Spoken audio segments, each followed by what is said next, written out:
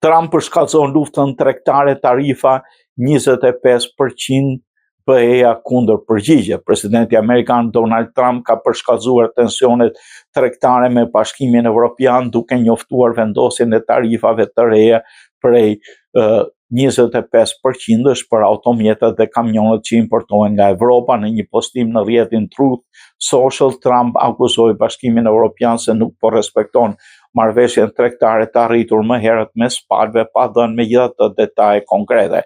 Jam i kënaqur të njoftoj se javën e ardhshme do të rrisë tarifat për Bashkimin Evropian për makinat dhe kamionet, deklaroi ai, duke sinjalizuar një rritje të mëtejshme të presionit ekonomik ndaj Brukselit. Aktualisht tarifat për mallat evropiane që hyn në SBA janë në nivelin 15% në bazë të marrëveshjes së mëparshme. Vendimi i ri i Trumpit përbën një rritje të ndjeshme dhe rrezikon të thellojë përplasje ekonomike mes Shtetet Bashkuara dhe Evropës.